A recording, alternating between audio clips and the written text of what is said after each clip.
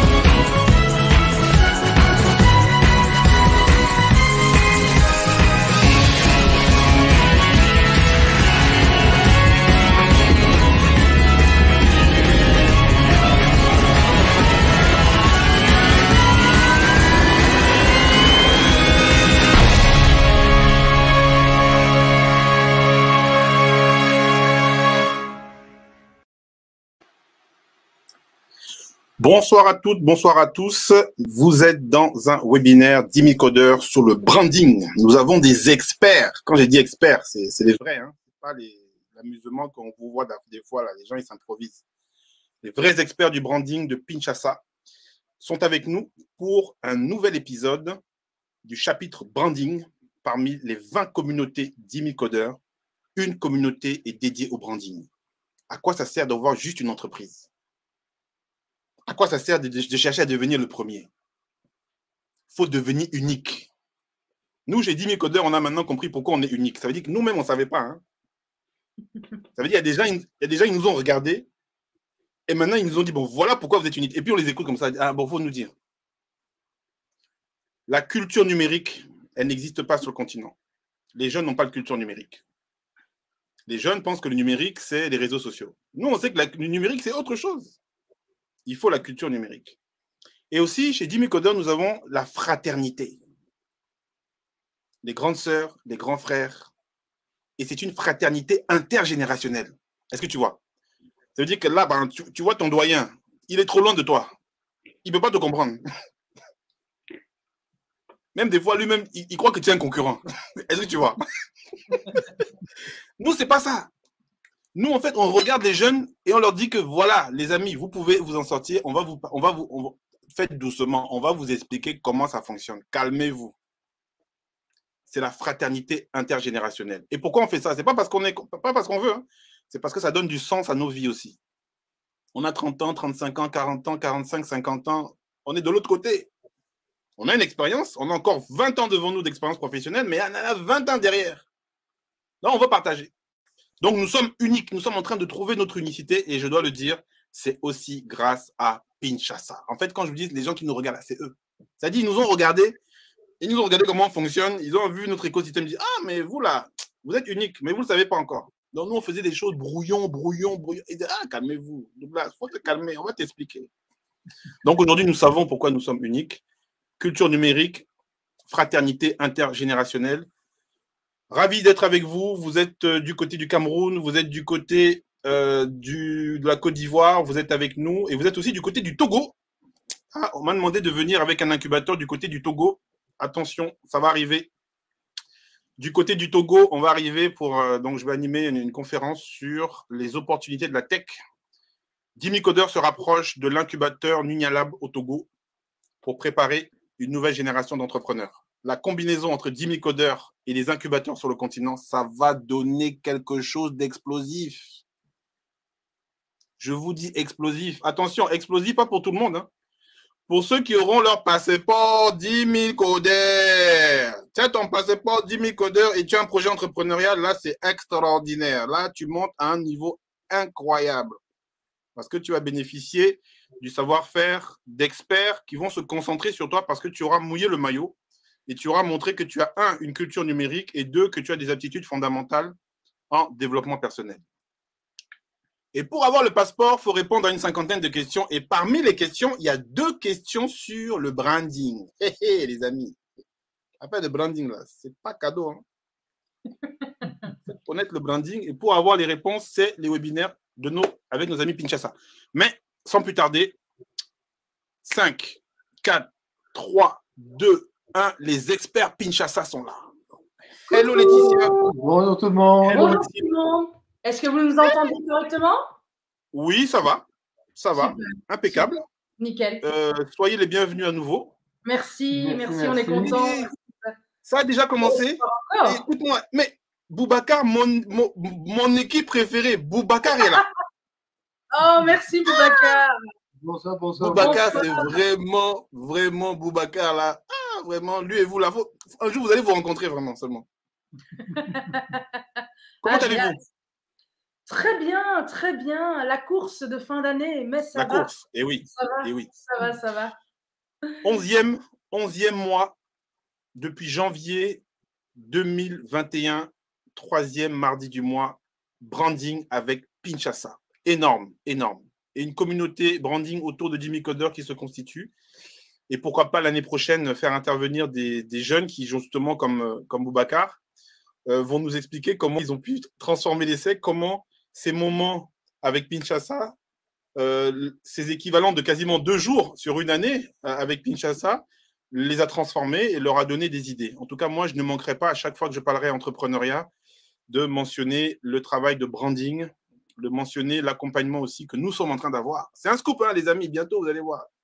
Jimmy Coder va changer. C'est-à-dire, on va changer. Et le changement, là, il y a Dieu, c'est vrai, il y a Dieu, on est d'accord. Là, vraiment, on est d'accord. Il y a Dieu qui contribue au changement. Mais là, avec Pinchasa, ça va devenir quelque chose de fort. Alors, au menu ce soir. Pas de marque sans enchantement employé. On a parlé le mois dernier. Oui. Le mois dernier de l'enchantement client. Oui. Il n'y a pas d'enchantement client sans enchantement employé. Alors évidemment, ça c'est fort. Ça c'est vrai. Enfin, c'est fort, je ne sais pas, mais en tout cas, c'est surtout vrai. Hein. Les gens oublient souvent que pour servir les clients, il faut des gens pour effectivement le faire. Donc, ils se concentrent et c'est ce qu'on voit de manière générale. Il n'y a pas qu'en Afrique, dans le monde entier, expérience client. Et en fait, les employés, là, on en parle moins. Ouais, on en parle beaucoup moins et encore moins en Afrique, il faut le reconnaître. Donc, on s'est dit, c'est trop important. Il faut absolument que nous en parlions aujourd'hui. Mais avant de parler de l'enchantement employé, on va expliquer qui on est, ce qu'on fait et où nous sommes aujourd'hui. Donc, Pinchasa, c'est quoi? Pinchasa, c'est une BX Design Agency. Ça a l'air d'être un mot barbare, mais ça n'est rien de très compliqué. En fait, qu'est-ce qu'on fait? On aide les entreprises à faire quoi? Concevoir une expérience de marque qui soit d'une part unique et d'autre part enchanteresse pour leur cible. Pas pour n'importe qui, pour leur cible. Et la clé, c'est l'unicité, l'enchantement. Pourquoi? Parce qu'en fait, c'est très simple. Le retour sur investissement d'une marque qui soit unique et enchanteresse pour sa cible, c'est d'acquérir plus de clients qui coûtent moins cher à acquérir et à servir, qui sont ravis de payer leurs produits plus cher, puisqu'ils ne trouvent pas ailleurs et qui sont contents, qui achètent plus souvent et qui achètent plus longtemps. Donc, si on veut ces 5 bénéfices pour augmenter la profitabilité de notre business, il faut absolument concevoir une expérience de marque qui soit unique et enchanteresse. Et dans ce contexte, nous avons développé une série d'équations. Tu nous connais, on est aussi des codeurs, mais on a développé une série d'équations dont la plus fondamentale pour nous et pour le travail qu'on fait avec nos clients, c'est l'équation Brand Experience, donc BX, où le X signifie expérience, brand signifie marque, et l'équation c'est quoi? Le CX, donc l'expérience client, multiplié par le UX, multiplié par le EX, en exposant l'unicité, c'est ça qui fait en fait la force énorme d'une marque. Est-ce que je me trompe, Maxime? Absolument pas, Laetitia. Et on va continuer avec les chiffres et les X, n'est-ce pas? Parce que vous savez que… Juste une remarque. Mais vous savez que votre affaire d'équation, là, c'est trop intéressant. Parce que tous les scientifiques qui vont regarder, ils vont dire, mais eux, ils parlent de branding, mais en même temps, tu dis branding, ça fait un peu, tu vois, genre un peu mystérieux, mystique, tu vois, genre abstrait, tu vois. Genre cerveau droit, tu vois. Tout à fait. Et puis finalement, vous mettez du cerveau gauche dedans aussi. Et puis donc, tu vois, ça fait comme si tu as une équation, une formule. Donc moi, je trouve ça vachement… tu vois, tu rationalises quelque chose qui, a priori, semble subjectif. Tout à fait. Et impalpable. Tout à fait. Ça, j'aime beaucoup ça. Donc, je te laisse continuer. Ce qui est important avant que Maxime n'arrive avec les chiffres presque magiques qui ne sont pas, c'est de savoir que tout ce qu'on fait, ce n'est pas de la magie, c'est de la méthodologie. Et pour faire comprendre aux gens que tout ça, c'est une question de méthodologie, nous, on trouve le lien beaucoup plus clair entre tout ce qu'on fait et les équations qu'on produit. Et donc voilà, c'est pour ça qu'on en est là. Max. Top. Voilà, donc on en revient au fondement de ce qu'on vous raconte depuis 11 mois, à savoir que le branding a évidemment beaucoup d'impact sur tout un tas d'aspects, mais là où il en a le plus et où c'est le plus visible dans les plus grandes entreprises du monde, c'est sur les profits. C'est sur les profits que les entreprises font quand elles appliquent correctement le branding. Et ce qu'on constate, et donc là, ce n'est pas nous qui le disons, il y a des gens qui ont fait des études assez conséquentes sur des tas d'entreprises, encore plus longues que nous. Beaucoup plus longues que nous. Et ce qu'ils ont remarqué, c'est que les entreprises qui ont les meilleures expériences employées, en moyenne, génèrent 4 fois plus de profits et 2 fois plus de revenus. Et là, pour ceux qui font un petit peu de maths, je vous laisse calculer comment on fait 4 fois plus de profit avec seulement 2 fois plus de revenus. Et ça, c'est la magie du branding. Ou la méthodologie du branding. Ou la méthodologie. Une autre petite statistique intéressante qui n'est pas sur ce visuel, mais que je vais quand même vous donner, c'est que ces mêmes entreprises connaissent 40% de rotation de personnel en moins. C'est quoi la rotation du personnel? Donc la rotation du personnel, c'est quand vos employés partent parce qu'ils ont l'impression qu'ils seront mieux ailleurs. Et qu'est-ce que ça coûte quand un employé part? Alors là, les chiffres, évidemment, varient en fonction de l'ancienneté, évidemment, du pays, des compétences, etc. Mais quiconque a déjà organisé un processus de recrutement sait que ça prend un temps incroyable.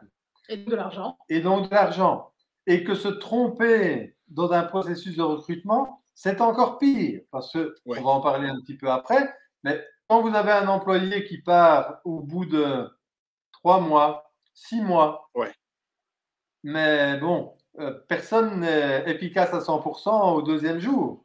Et donc, s'il part au bout de 3 mois, il n'était peut-être même pas encore efficace à 100%. Mais son salaire, lui, était déjà à 100%. Donc, vous avez juste dépensé. Et donc, imaginez que tous les 3 mois, vous remplacez vos employés, vous allez juste dépenser de l'argent, jamais en gagner. Je te rends Donc, ça, c'est la première chose à bien garder en tête. Hein. Ce qu'on va vous raconter aujourd'hui, ce n'est pas juste parce qu'on est des syndicalistes qui voulons que tous les employés du monde soient bien traités. C'est mieux. On veut ça aussi pour tous les collaborateurs du monde, mais surtout parce que c'est le gage de profitabilité et donc de durabilité, d'expansion de toutes les entreprises qui appliqueront cette méthodologie et les petites choses qu'on va vous dire aujourd'hui. D'accord. Douglas, ça tombe bien que tu nous aies dit que tu aimais bien nos formules, parce qu'aujourd'hui, on ne s'en est pas privé. Donc, si l'expérience employée, donc IX, est nulle, alors je sais que ce n'est pas le même nul que le code, mais ce qu'on constate, c'est qu'une expérience employée, en général, elle est nulle. Pourquoi? Parce qu'une expérience, ça se conçoit, ça se design. OK? Et donc, par défaut, cette expérience, elle est plutôt nulle, sauf si, d'où le unless, vous y mettez de l'empathie, d'une part, et de la data, d'autre part. Donc ça, ce sont vraiment les clés. D'accord. D'où les accolades. Ce sont les clés indispensables pour créer une expérience employée moins nulle que la moyenne. D'accord. C'est pas fini, c'est pas suffisant. Alors quand je dis une expérience employée moins nulle, je vais reprendre une histoire que j'ai lue sur LinkedIn.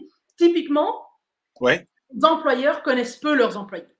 Pourquoi? Parce que tout le monde a plein de choses à faire. Les employeurs pensent que en se concentrant sur la productivité dans le cadre des activités de l'entreprise uniquement, ils vont obtenir le meilleur. Alors qu'en fait, non. Il faut toujours essayer de comprendre qu'est-ce qui fait tiquer un employé, parce qu'un employé n'est pas l'autre. Qu'est-ce qui le rend hyper heureux, qu'est-ce qui le rend un peu beaucoup moins heureux. Je vais donner un exemple. Nous, chaque mois, chez Pinchasa, on a ce qu'on appelle le quiz Chassa. Tous les employés sont réunis et on fait un quiz sur qui connaît le mieux Pinchasa, son histoire, etc., etc., ses clients, ses produits, tout son univers et sa philosophie. Et le grand gagnant, mais qui vient d'arriver, donc on a une excuse, j'espère, le grand gagnant a obtenu, je ne sais plus si c'était un repas tout frais payé dans la meilleure chaîne de restaurants du pays. Un petit problème, au moment où on annonce son gain, tout le monde autour de lui est super jaloux, salive, etc. Et lui, il nous sort « Ah ben non, je suis plutôt végétarien, je pense que l'eau, c'est mieux pour la vie. » Et donc, on s'est dit « Zut, on va commencer d'une part à faire en sorte de beaucoup plus rapidement les connaître et d'autre part, constamment collecter le feedback. » Ça, c'était vraiment pour la petite histoire. Ce qu'il y a à retenir ici, c'est qu'il faut absolument se mettre à la place de ses collaborateurs le plus possible. C'est le principe de l'empathie. Il faut donc les écouter, évidemment, et aussi les mettre dans un environnement où ils sentent qu'ils peuvent s'exprimer. Évidemment, si Pinchasa, c'était un environnement où tout le monde avait peur, jamais il nous aurait dit, ben, en fait, votre super cadeau qui fait envie à tout le monde, là, en fait, je m'en fous. Donc, il faut les placer dans un environnement où ils sont ils se sentent à l'aise pour donner leur feedback. Et évidemment, il faut chérir chacun des moments clés parce qu'on va vous en parler plus tard, mais en réalité, ce qu'il y a dans le X, c'est quoi? Ce sont des objectifs. Et pour chaque objectif de l'entreprise, on va vous détailler plus tard, il faut considérer chaque persona. On en a parlé, il y a plusieurs webinaires. Les personas sont les portraits robots ici des profils qu'on cherche. Et pour chacun des personas, il faut designer, donc concevoir les moments. Ça, c'est la grande image, mais Maxime, je suppose que tu vas nous en dire plus quand même sur les objectifs. Tout à fait, parce que la première chose à clairement identifier quand vous voulez mettre sur pied une expérience employée, c'est les objectifs que vous poursuivez. Alors, évidemment, il y a la situation actuelle de l'entreprise, qu'elle soit jeune, qu'elle soit expérimentée, on va dire, qu'il y ait peu ou beaucoup d'employés.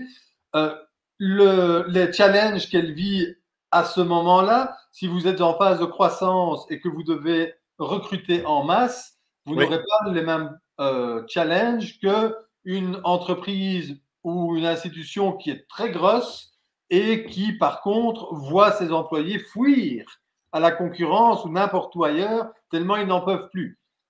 Les premiers doivent attirer les talents, les autres doivent les retenir.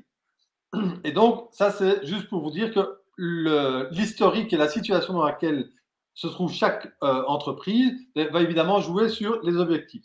Maintenant, prenons un exemple concret. Vous êtes une boîte de développement. Vous faites des programmes informatiques, etc. Et puis, vous vous dites, ben, tiens, vraiment, il y a de la demande là-dedans. On aimerait partager un petit peu ce qu'on fait. On va mettre sur pied des cours de code. Et là, évidemment, bon, Douglas, tu le sais bien, tous les codeurs ne sont pas professeurs et vice-versa. Oui. À ce moment-là, ben, si vous voulez, dans 6 mois, 1 an, lancer une école, ben, vous allez devoir attirer des gens qui non seulement ont les compétences techniques de code, mais qui ont aussi des compétences pédagogiques et la volonté de mettre les deux ensemble et de partager leur savoir. Tout à fait.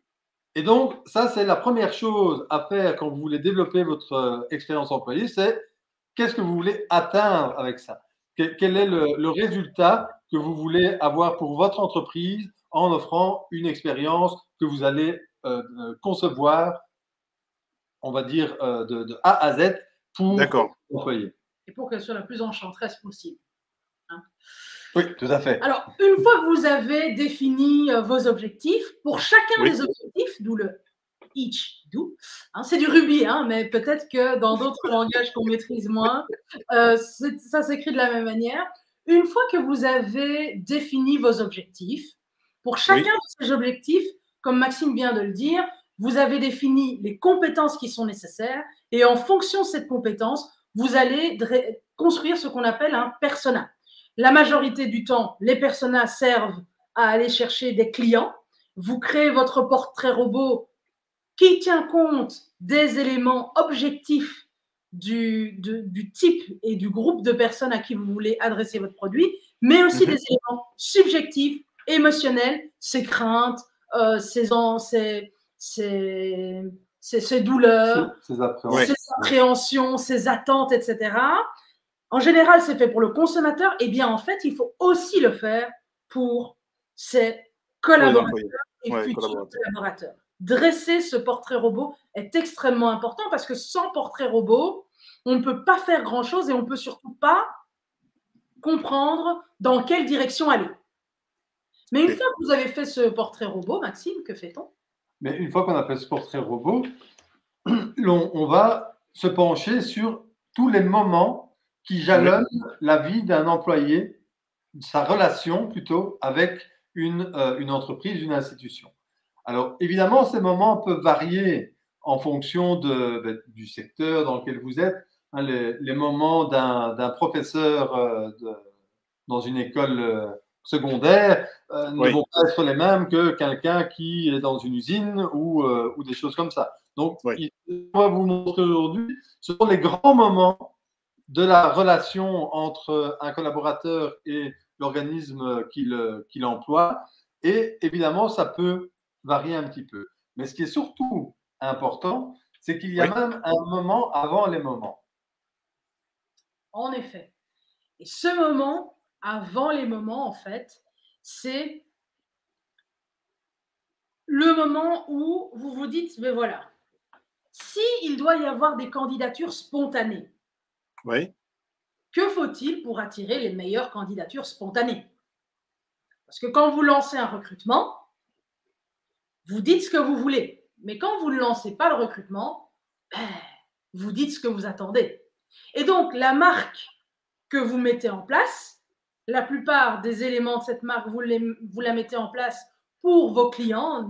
Nos produits sont géniaux, on est comme ceci, voici nos valeurs, etc. Ouais.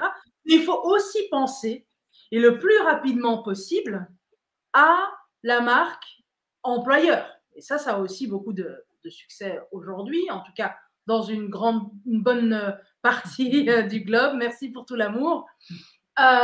Et donc, bien avant de lancer le moindre recrutement, vous devez vous poser la question de savoir, OK, si j'étais le persona que j'ai défini, est-ce que, en regardant tous ces points de contact de la marque qui sont disponibles publiquement, est-ce que j'aurais envie de venir travailler? Si la réponse est non, est-ce que j'aurais envie de postuler? Si la réponse est non, alors il faut vous poser la question de savoir qu'est-ce que vous devez mettre en place avant pour attirer ces personnes. Alors, on a un exemple assez simple, hein, les tables de ping-pong dans les startups qui viennent de lever des fonds, la nourriture gratuite chez Facebook. Pourquoi? Parce qu'ils se disent, mais voilà, les codeurs, je vais les attirer si je leur explique qu'il y a plein de perks. Les fameux perks, ce sont les petits avantages qui ne sont pas des avantages monétaires, mais qui changent une vie. Quand vous voulez attirer un certain type de codeur, c'est publiquement que vous devez annoncer à quel point la vie dans votre entreprise est extraordinaire. Qu'est-ce qui se passe derrière le rideau? On est allé faire un team building dans les Baléares, etc., etc. Nous avons un jet privé pour les balayeurs. Tout ça, c'est la raison pour laquelle des tonnes d'entreprises font énormément de publicité lorsqu'elles ont besoin de recruter un type de profil dont elles savent qu'il est sensible à certaines choses plutôt qu'à ça. Ouais. Donc ça, c'est l'avant. Ensuite, Maxime. Ensuite, vient la première phase à laquelle vous aurez sans doute pensé, le recrutement. Parce que c'est très souvent par là que commence une relation entre un collaborateur et une entreprise. Et là, il y a déjà énormément de moyens de donner une image telle que même ceux qui n'auront pas été retenus vont après être vos ambassadeurs. Alors qu'ils n'ont peut-être même pas passé le cap de venir à l'entretien. Ils ne sont peut-être même pas arrivés là. Et qui dit ambassadeur dit publicité gratuite. Hein. Je fais la traduction au cas où. Exactement. Et l'autre aspect aussi, c'est qu'il y a toujours beaucoup plus de candidats que d'engagés. Et donc, si tous ceux qui postulent chez vous, après, vont dire partout, en tout cas, sont super. J'ai été bien traité. T'as acheté? Non. T'as travaillé pour eux? Non. Qu'est-ce que t'as fait? Je vais envoyer mon CV. Et ils m'ont répondu. Et ils m'ont répondu. Et donc, comme je disais plus tôt, il y a quelques petits éléments, à la fois très simples et à la fois très difficile. À faire. C'est très simple dans le concept de l'idée. Assez compliqué, surtout si vous n'avez pas une armée de secrétaires et autres pour gérer tout ça, parce que, si vous avez déjà fait des recrutements en Afrique, comme vous savez, il n'y a pas beaucoup d'emplois, et donc quand vous recrutez, il y a beaucoup de candidats. Énormément de candidats. Et pourtant, il faut répondre à tout le monde. À tout le monde. À chacun. Alors, évidemment, il faut répondre à tout le monde. Mais tout le monde doit recevoir une réponse. Et pas dans 2 mois. Parce que là aussi, on a parlé d'empathie avant. Si vous avez déjà cherché un travail, et je ne parle pas de ceux qui ont déjà un poste dont ils sont très contents, qui ont un bon salaire, sont bien installés et qui se disent non, je changerai quand même bien. Non. Venu me chercher. Je vous parle ici de tous ceux qui sont en quête de leur premier emploi ou qui sont sans emploi depuis un certain temps, ou qui ont toute une série de choses qui font qu'ils n'ont pas forcément confiance en eux. Ouais. Et quand ils envoient des CV, chaque CV peut être une bouteille à la mer. Ouais. Alors, quand vous envoyez votre CV et que vous ne savez même pas si votre mail est arrivé dans la boîte, si cette boîte est toujours consultée, si ce n'est pas arrivé dans les spams, mais tout ça, c'est du stress. C'est du stress et évidemment, si on veut revenir égoïstement à la marque de l'entreprise, ça ne lui fait pas du bien. Du tout. Une chose extrêmement simple, entre guillemets, puisqu'on parle à des codeurs et no-codeurs, vous allez y venir, c'est de mettre un message automatique qui accuse réception et ensuite, et qui dit potentiellement, vu le nombre énorme de candidatures, ne vous étonnez pas si vous n'avez pas de nos nouvelles avant telle date, mais nous reviendrons vers vous d'office. Ouais. Et donc, rien que ça, alors qu'il suffit de créer le process et de demander à un ordinateur de le faire, rien que ça change des vies. Ouais. On l'a constaté chaque fois qu'on a fait des recrutements. Oui, vraiment. Et là, donc, comme je disais, l'empathie, mettez-vous à la place de ces candidats, quel que soit leur niveau.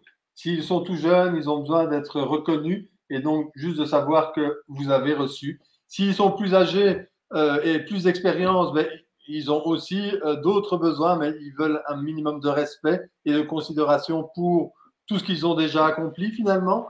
Et quoi qu'il en soit, tous ces gens qui ont fait l'effort de répondre à votre demande, parce que finalement, c'est l'entreprise qui a besoin et qui est en recherche et qui embête tout le monde avec ses annonces, qu'on envoie des réponses et puis qu'on n'a pas de réponse. Donc, tout ça, très important. Mais ce n'est pas tout. Il faut vous assurer de savoir ce que pensent vos candidats de la manière dont ça s'est passé.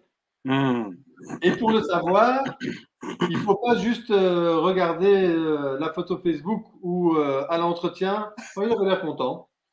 Non, ce n'est pas suffisant. Il est essentiel de prendre le temps de poser les questions. Alors, idéalement, le poser au plus de monde possible, mais là encore, petites équipes, on ne peut pas tout faire, mais le minimum du minimum, c'est que tous ceux qui viennent en entretien, à la fin, vous leur demandez comment ça va. Quel est leur sentiment par rapport au processus? Qu'est-ce qu'on aurait pu améliorer? Qu'est-ce qu'on aurait pu améliorer? Quels conseils ils pourraient donner pour que les prochaines fois, ce soit mieux? Pour des personnes qui sont dans leur situation. Et leur demander ce qu'ils pensent du processus dans son ensemble, du contenu de l'entretien, des difficultés peut-être qu'ils ont rencontrées. Un autre petit exemple, quand on recrute chez nous, chez Pinchasa, tous ceux qui sont conviés à l'entretien, non seulement reçoivent l'adresse, mais le matin, reçoivent la localisation WhatsApp. Parce qu'on sait que, en tout cas, dans les pays dans lesquels on a recruté, les noms des rues, les numéros des maisons et tout ça, c'est pas entièrement au point tout le temps. Je te dis. Alors, si le candidat habite le quartier, ça va, mais il y en a certains qui vont peut-être faire 1 heure, 2 heures de trajet pour venir à votre entretien, dans un quartier dans lequel ils n'ont jamais mis les pieds et sans aide institutionnelle, on va dire, pour trouver où c'est. Envoyer la localisation, il a le point, il sait que c'est là. C'est un tout petit quelque chose, mais qui change énormément et pour lequel tous les candidats qu'on a reçus nous ont dit « Ah, ça c'était chouette. » Parce que d'habitude, ce qu'ils nous ont raconté, c'est que on te dit la veille « Venez demain à 10h », c'est toi qui dois te demander « Mais c'est où ?»« Ah, venez là-bas. » Ok, où? À quel étage? À quel étage? Quelle porte? Et tu arrives devant un bâtiment de 10 étages, il y a 50 bureaux par étage. Où? Venez dans le monde non, venez seulement. Tu veux le travail ou tu veux pas le travail? Faut venir. Tester les qualités d'enquête des candidats. C'est ça, vraiment, c'est Koh-Lanta, Fort Boyard, tout en même temps, Indiana Jones, trouvez la clé et venez venez à votre entretien. La clé. Donc, voilà, c'est beaucoup de petites choses qui peuvent faire une très grande différence sur la perception qu'auront tous ces candidats. Et la clé, feedback. On va vous le répéter inlassablement tout au long de ce webinaire, mais vous ne pouvez pas savoir ce que ressentent les candidats, les employés, si vous ne leur demandez pas. Et si, comme l'a dit Laetitia, vous ne les mettez pas dans un environnement où ils peuvent parler. Si vous êtes du genre, je suis le chef, ce que je dis c'est de l'or, écoutez seulement. Et que tous vos employés ont l'impression que s'ils osent dire quelque chose, ce sera leur dernier jour dans l'entreprise, mais vous n'aurez pas beaucoup de feedback. Ou en tout cas, pas des feedbacks qui vous permettent d'améliorer. Pour revenir à la phase de recrutement, évidemment, il est extrêmement important, si on a l'idée de collecter du feedback à la fin d'un entretien, de ne pas terroriser ses candidats aussi. Oui. Le but, ce n'est pas de savoir s'ils résistent bien à la torture ou à la terreur, mais de savoir s'il y a un fit, un match pour travailler dans l'entreprise, pas autre chose. Donc ça, il faut vraiment l'avoir à l'esprit.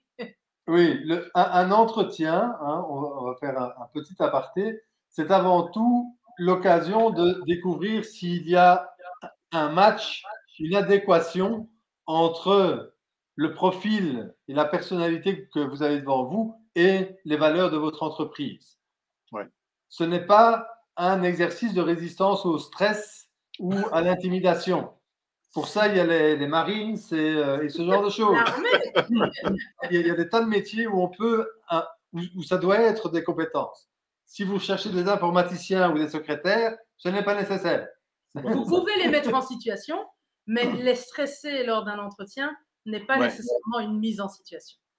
Alors, on passe à l'onboarding parce que le temps avance. Tout à fait. On aime trop parler avec toi, Douglas, il faut qu'on arrête ça. L'onboarding, c'est quoi? C'est une autre phase cruciale que la majorité des entreprises, en particulier en Afrique, oublient complètement. Tu es arrivé, tu as ton bureau dans le meilleur des cas. Bon, tu es là. Montre-moi ce que tu sais faire. Pas d'instruction, pas de préparation, pas d'explication, pas d'enveloppe, j'ai envie de dire. Pas d'acculturation. Pas d'acculturation, je cherchais. Ce qui est très important au départ, c'est d'acclimater le nouveau venu ou la nouvelle venue. L'acclimater à l'équipe qu'elle va intégrer, l'acclimater aux objectifs et au type d'objectifs et à la manière dont elle pourrait considérer son travail comme une réussite, à l'environnement de travail, qu'il soit technique ou autre, aux outils. Et donc, les formations, là, c'est extrêmement important. L'idée, comme on l'a dit avant, n'est pas de torturer un collaborateur parce qu'il ne sait pas utiliser le dernier module de SAP que tout le monde devrait savoir utiliser. Non, ce n'est pas le but non plus. Il faut aussi l'acclimater au règlement de l'entreprise parce qu'une entreprise n'est pas une autre. Et donc, c'est extrêmement important de ne pas rater le coche là-dessus et de vraiment être extrêmement attentif aux signaux. Il y a des chiffres sur cette période sur cette phase d'onboarding qui indiquent que la majorité des employés qui pourraient bien se sentir dans une entreprise quittent à cause d'un onboarding raté. Et un onboarding raté est souvent un onboarding qui n'a juste pas été conçu, pas pensé. Donc ça, il faut vraiment en tenir compte. Ce n'est pas facile non plus, rien n'est facile. Aujourd'hui, c'est vraiment le jour de rien qui n'est facile. Mais ce n'est pas facile non plus d'onboarder des nouveaux collaborateurs. Ça prend énormément de temps et on a l'impression parfois que c'est une perte de temps, mais c'est faux. Chaque fois qu'un nouveau collaborateur arrive, il faut réfléchir à faire sa checklist de qu'est-ce qu'il faut absolument lui mettre à disposition pour qu'il se sente le mieux possible et qu'il se sente en confiance pour donner le meilleur de lui-même. Le meilleur de lui-même, oui. Et à ce moment-là, absolument pas oublier évidemment le feedback, on parle de data, mais aussi c'est le moment même s'il faut le faire chaque semaine en fait. Mais c'est le moment clé et crucial pour répéter encore et encore sa vision, sa mission, valeur. Donc la vision de l'entreprise, les valeurs de l'entreprise, la mission de l'entreprise et vraiment le rabâcher parce que nombreux sont les employés ou les collaborateurs qui sont extrêmement performants techniquement, mais qui n'ont rien à voir avec la mission, la vision et les valeurs, et qui auraient peut-être pu avoir un peu plus à voir s'ils avaient été mis au parfum suffisamment. Ouais. Donc ça, c'est vraiment primordial, et c'est un peu trop souvent passé sans en tenir compte. D'accord. Alors, l'étape suivante, une fois qu'on est recruté, onboardé, c'est d'arriver à amener vos collaborateurs dans un état où ils se sentent impliqués. Alors, l'implication dans son travail, ça va au-delà de la compétence, au-delà de la satisfaction. La compétence et la satisfaction, ça vous amène des employés qui seront là les 8 heures par jour pendant lesquelles ils sont là et qui travailleront à un rythme suffisant pour que vous ne vous alarmez pas. C'est tout. Tout. Ok. Faut le savoir, hein. Non, mais et après, les gens se plaignent de leurs employés, mais en fait, non. Alors, ce qui peut être très bien si vous êtes un opérateur historique anciennement fonction publique en Europe occidentale, même si ça marche de moins en moins bien, mais dans une entreprise qui doit avancer, qui doit progresser, qui doit en fait faire plus. Hein, la plupart des petites entreprises doivent faire plus que ce qu'elles ne peuvent faire. C'est le principe d'avoir une équipe trop petite au début. Oui. Et quand on est en croissance, ça reste comme ça pendant longtemps. Oui, ça ne s'arrête jamais. En tout cas, sauf si vous levez des millions et que vous pouvez engager l'équipe que vous devriez avoir dans 2 ans. Mais c'est très rare. Et donc, là, il va falloir faire le plus possible pour que vos employés soient impliqués. Alors, comment faire ça? On ne va pas passer en revue tous les aspects parce que là, bon, entre le confort au travail et la balance vie privée, travail, etc., il y a énormément d'aspects sur lesquels vous pouvez jouer. Mais ce qui est à la portée de tous, c'est le fait de reconnaître vos employés en tant que personnes de valeur. Ok. Ce ne sont pas des pions qu'on déplace. Bon, toi maintenant, tu vas plutôt aller dans l'autre département là-bas. Arrête ce que tu fais ici. Par contre, tu peux partir d'ici, on ne verra pas la différence, va là-bas. Bon, ça ne valorise pas. Ouais. Donc, ils doivent être reconnus en tant que personnes et pour ce qu'ils apportent à l'entreprise.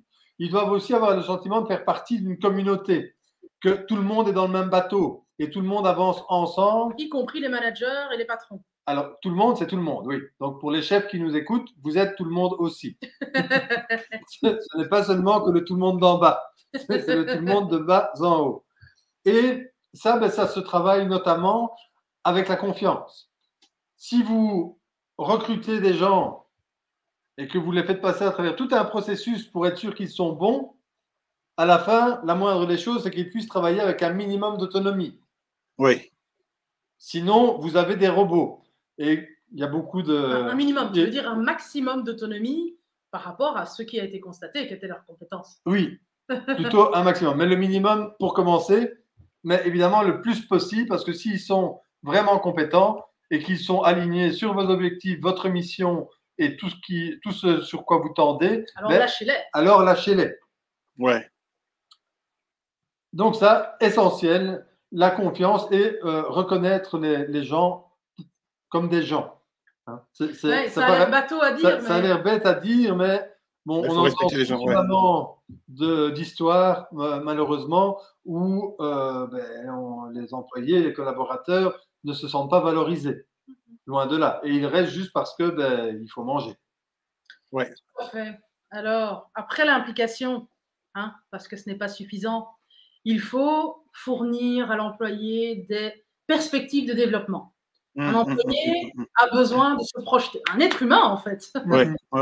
Même lorsqu'il est employé, il a besoin de se projeter, de se dire qu'il ne fera pas forcément la même chose toute sa vie. Alors, il y a des exceptions de gens qui veulent faire la même chose toute leur vie. Il faut évidemment recueillir le feedback toujours pour savoir quel type de persona on a devant nous, mais généralement, un employé a besoin de pouvoir se projeter et il doit donc être dans un environnement où il apprend, où la formation est favorisée. Et donc, la grande question que tout le monde se pose, c'est OK, mais je vais investir à former un employé. Pendant le temps de la formation, il ne sera pas productif, il sera juste assis à suivre la formation ou en train de jouer dans les ateliers de formation active. Il ne sera pas productif. Et une fois qu'il aura fini tout ça, que je l'aurai formé à fond, eh bien, il va partir. Qu'est-ce que je fais si je les forme et qu'ils partent? Oui. Tout à fait, Laetitia. C'est ça la vraie question même. Mais l'autre question, pour ceux qui douteraient de ce qu'on vient de dire, qu'est-ce qu'on fait si on ne les forme pas et qu'ils restent? Parce que c'est ça l'autre côté de la balance. C'est ça. C'est ça. Et c'est extrêmement important. C'est-à-dire qu'un employé qu'on ne forme pas et qui se sent bien de rester là, c'est généralement un employé qui n'a pas nécessairement besoin personnellement d'évolution. À un moment donné, la boîte il est bien comme ça, il est bien là. Il est au chaud, il est au chaud. On a besoin des gars qui sont au chaud. Voilà. Et donc, à un moment donné, ben, il faut observer les bonnes métriques, les bons critères et toujours pousser à la formation, évidemment dans des domaines qui aident l'employé et que l'employé a envie de développer. Donc, encore une fois, on en revient à la data, au feedback, à la conversation et à l'empathie. Il n'y a pas de secret, c'est un peu toujours le même principe. Mais une fois qu'on a avancé dans le stade du développement, parce que le développement, ce n'est pas le développement pour le développement, qu'est-ce qu'on a, Maxime? Là, l'employé, le collaborateur qui a pu se développer, il faut qu'il puisse progresser.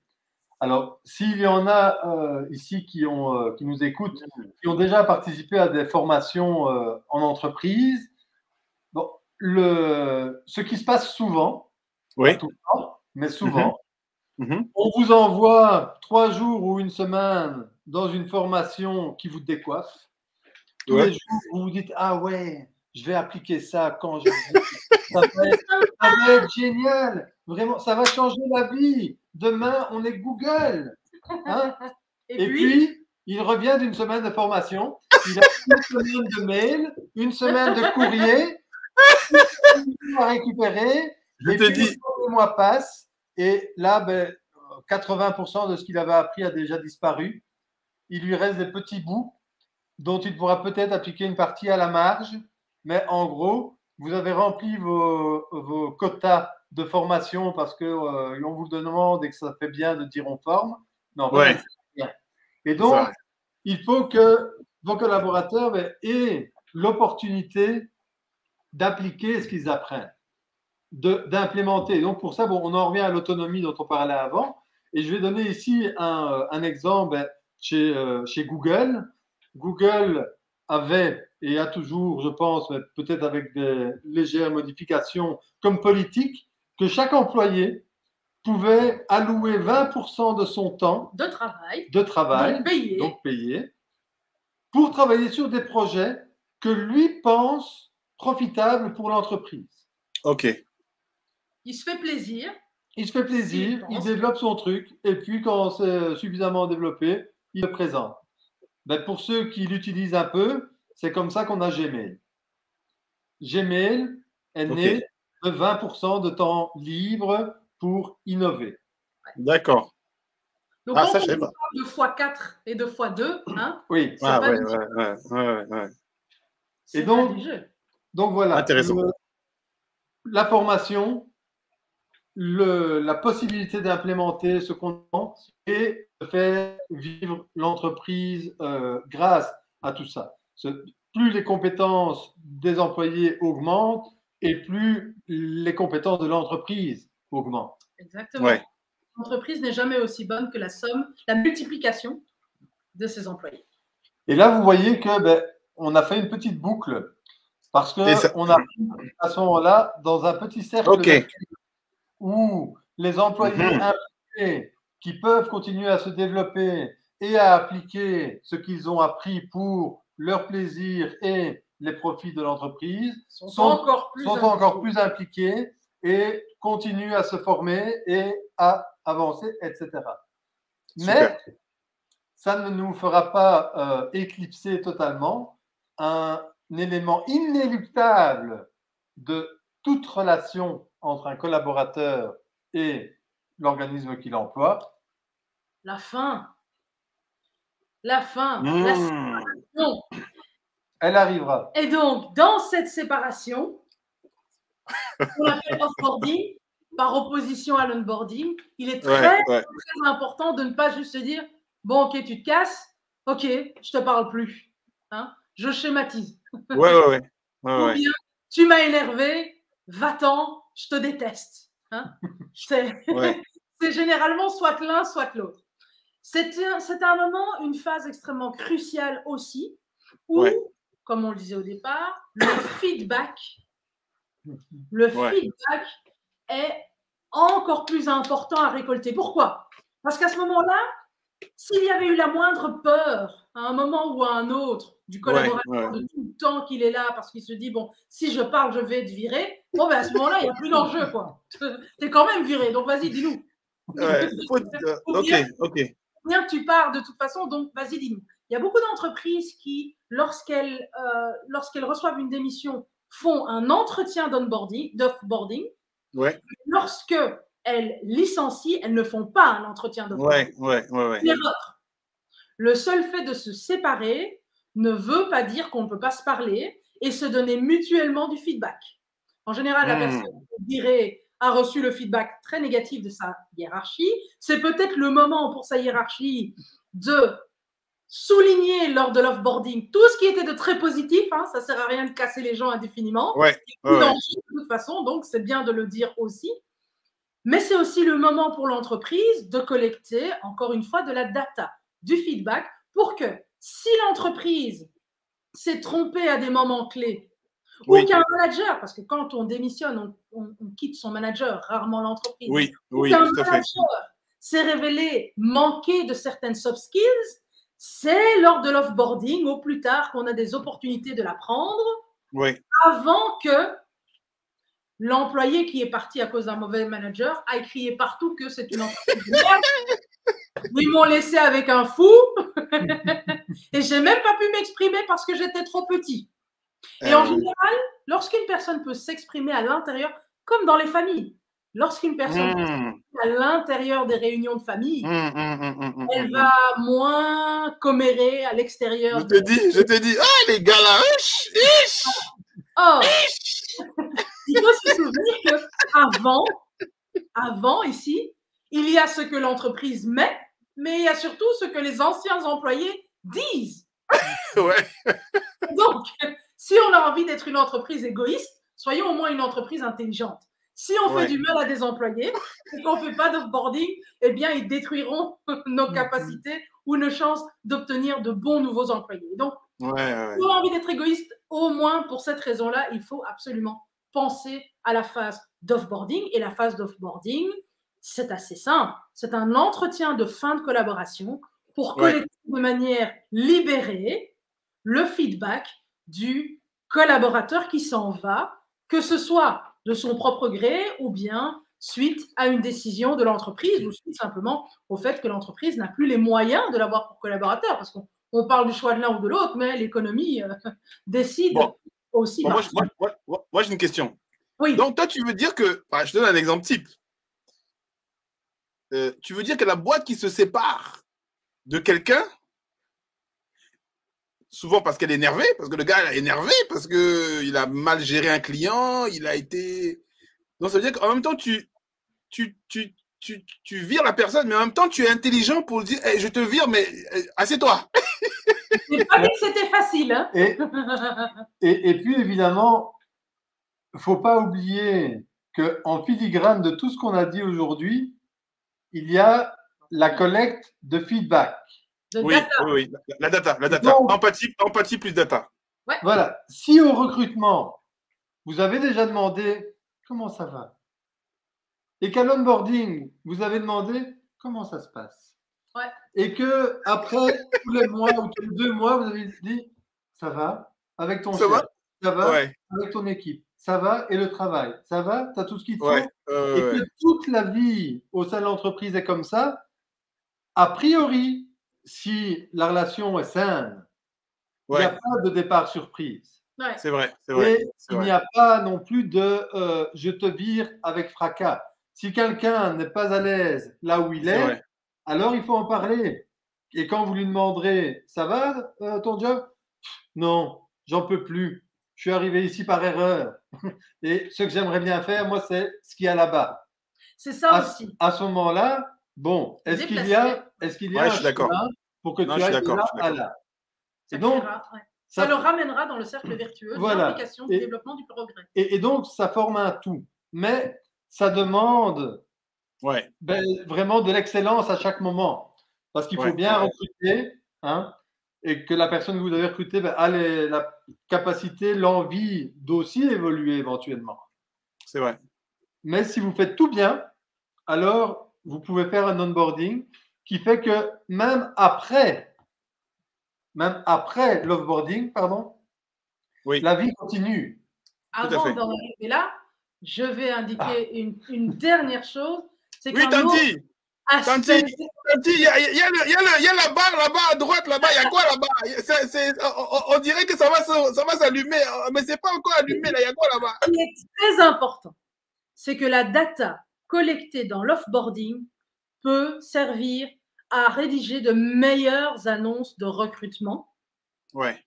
Parce que lorsque dans l'offboarding, on se rend compte qu'un profil qu'on croyait correspondre à une fonction, pour toute une série de raisons, ne correspond en réalité pas à d'autres raisons que personne n'a pu voir, eh bien, nous avons collecté de la data qui va nous économiser des tonnes et des tonnes d'argent. Je dis des tonnes parce que les magnitudes dépendent. Hein. Si on est Google, ça nous économise 1 milliard.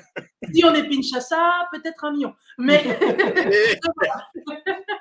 donc voilà. Donc, en gros, c'est extrêmement important aussi pour cette raison-là. Et maintenant, je laisse la parole pour la grande révélation à Maxime, parce que les gens aiment bien les révélations. Oui, tonton, il faut nous dire là-bas, il y a une barre là-bas. On ne sait pas, ça va s'allumer. On ne peut pas les laisser sans la barre.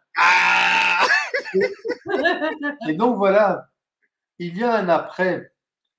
Hein? Alors, dans les universités, par exemple, quand on part, qu'on termine son cycle, on est un alumni, on est un ancien. On fait partie d'une communauté. Eh bien, c'est possible aussi au sein d'une organisation. Rien ne vous empêche de donner, par exemple, au moment du départ, un certificat, une carte de remerciement, un souvenir signé par toute l'équipe. Alors évidemment, c'est le genre de choses qu'on fait pour les départs à la retraite, mais il n'y a aucune raison qu'on ne le fasse pas pour toutes les autres relations. Parce que créer des ambassadeurs… Parce que c'est ça qui va créer, comme vient de me l'ôter de la bouche Laetitia, des ambassadeurs, des anciens collaborateurs qui ne parleront jamais en mal de vous, qui sont partis pour raison de convenance personnelle, parce qu'ils avaient une meilleure opportunité ailleurs, plein de raisons, mais qui ne seront pas parce que là-bas ils sont méchants.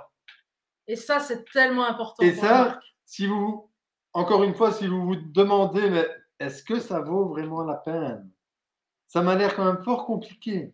Souvenez-vous, 4 fois plus de profit. Ah, tu m'as ôté les mots de la bouche maintenant. J'allais le redire. Le plus important à retenir, c'est même pas 4 fois plus. C'est que si vous ne faites pas tout ça, divisez seulement par 4 le profit. Voilà. C'est plus clair. Divisé seulement par 4, il n'y a rien.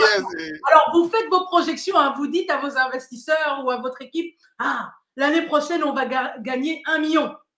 Mais si vous n'avez pas de processus comme celui qu'on vient de vous montrer, vous prenez 1 million là, de bénéfices, vous divisez par 4. Et comme ça, vous aurez votre vrai chiffre.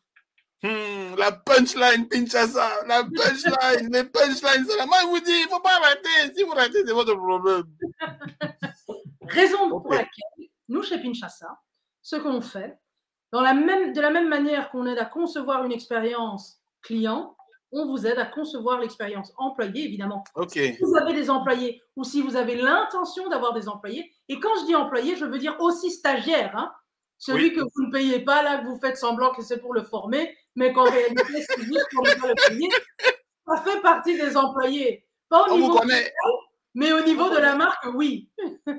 Donc, si vous êtes dans ces circonstances-là, n'hésitez pas à aller sur le site pinchasa.com et à planifier gratuitement votre appel de découverte. On sera ravis de vous écouter, de vous donner 2-3 petits tips hyper actionnables et de voir ensemble si nous pourrions collaborer pour vous aider un peu plus.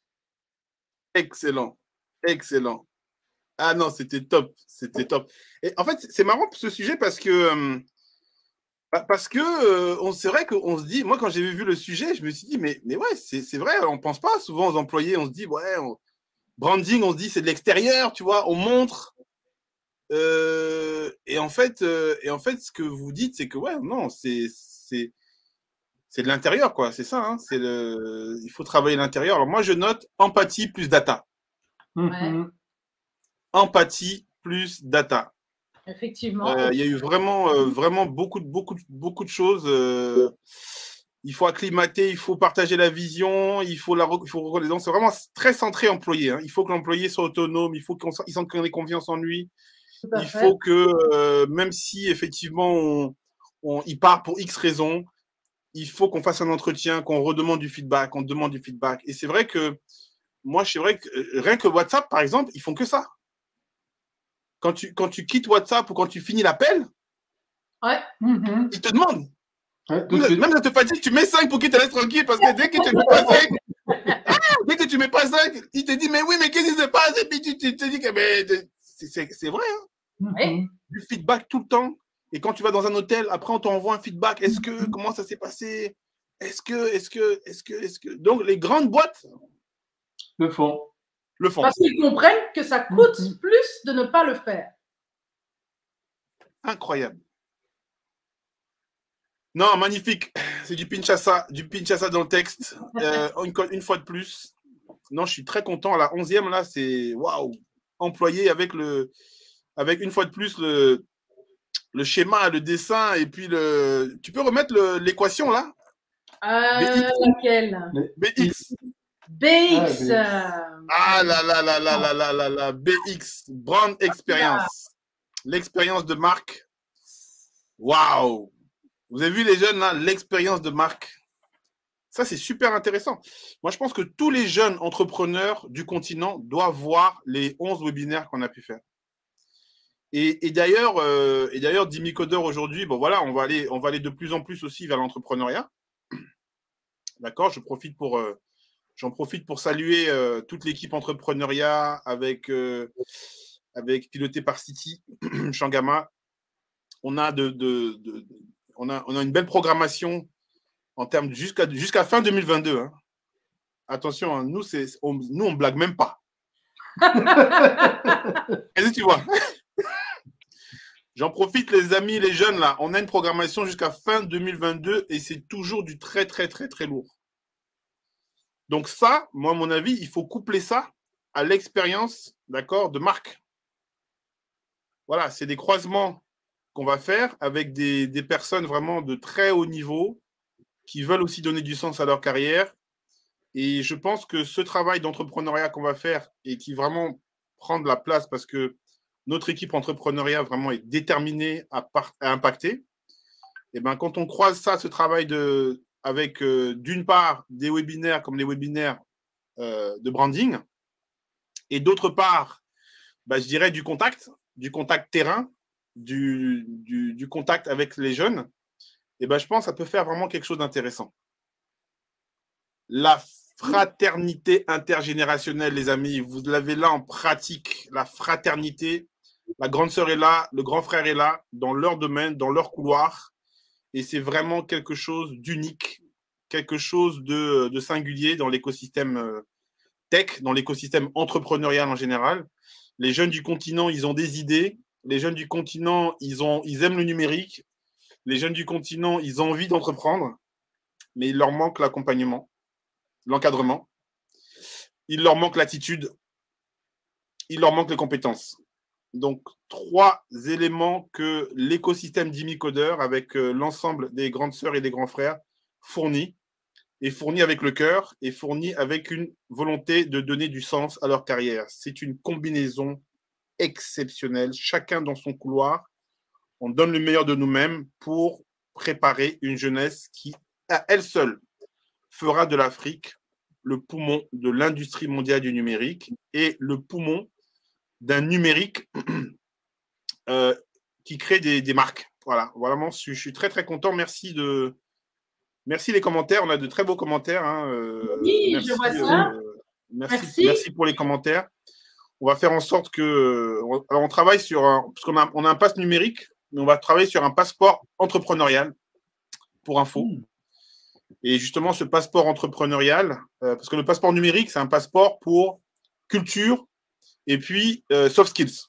D'accord? Ouais. Donc ça, c'est bien. C'est bien pour le plus grand nombre. Et c'est bien pour des personnes qui ne vont même pas, in fine, faire des métiers du numérique. C'est juste si on est comptable aujourd'hui. Ouais. D'ailleurs, j'ai une annonce à vous faire pour info. On a aujourd'hui dans notre réseau une école de commerce qui va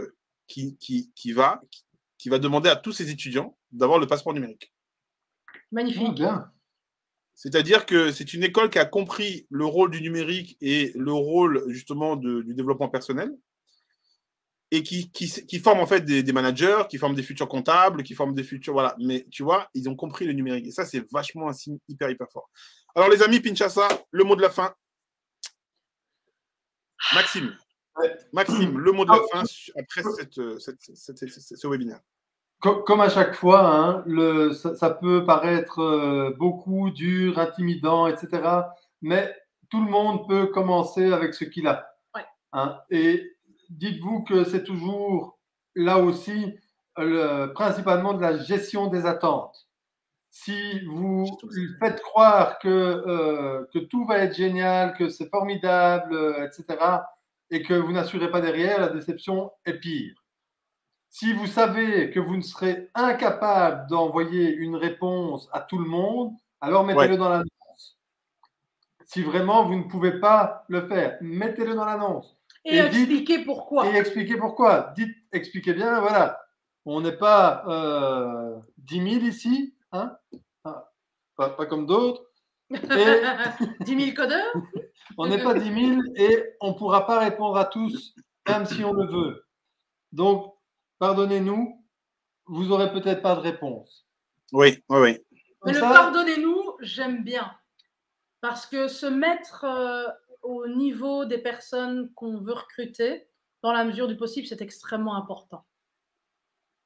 Super. Waouh. Moi, je note en même temps que vous dites, moi, je vois mon cas aussi parce que il faut qu'on progresse parce que sur les passeports d'Imicodeur, sur les passeports numériques, bah, il y a des personnes qui nous ont écrit, on leur a pas encore répondu et ils sont dans l'attente. Ah, ça ne va pas. Donc ça, nous-mêmes, on va prendre. Je note. Tanti, j'ai compris. On va travailler. Tanti, on va travailler. Bon, merci Maxime. Laetitia. J'ai envie de dire quasi la même chose, mais je vais quand même revenir sur l'équation BX. Dans l'équation BX, il y a le CX que tout le monde connaît, le UX que tous les codeurs connaissent parce que c'est à la mode, il y a le EX que personne ne regarde et auquel personne ne fait attention, et pourtant c'est ce qui peut faire ou défaire complètement votre marque sans que vous ne vous en rendiez compte.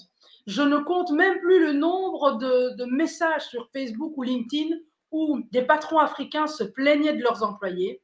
Et chaque fois qu'on gratte un petit peu, on se rend compte qu'en fait, c'est eux qui n'ont pas compris. Ok, ouais. Eux qui n'ont pas compris. Waouh. EX ou bien vous allez mourir. Branding experience égale customer experience. Ouais. Multiplié par user experience. Multiplié, c'est fou, l'employé là, il multiplie. Exactement. L'employé expérience. Donc les amis, entrepreneurs d'aujourd'hui, entrepreneurs de demain, retenez cette formule. C'est une formule, c'est vous qui l'avez sortie ou comment ça se passe? Voilà, formule Pinchasa. On devrait la protéger d'ailleurs, mais oui, c'est la formule Pinchasa. Ah ouais, donc les amis, allez sur une des formules Pinchasa. Voilà. Les amis, allez sur pinchasa.com, demandez. Vous pouvez réserver votre appel. Vous réservez votre appel chez Pinchasa. Et en plus, honnêtement, moi, j'ai vu Kinshasa, c'est vraiment, c'est du lourd. On vous dira bientôt pourquoi. Attendez encore 1 ou 2 mois, c'est ça, hein? Encore 1 ou 2 mois. Ça dépend de vous.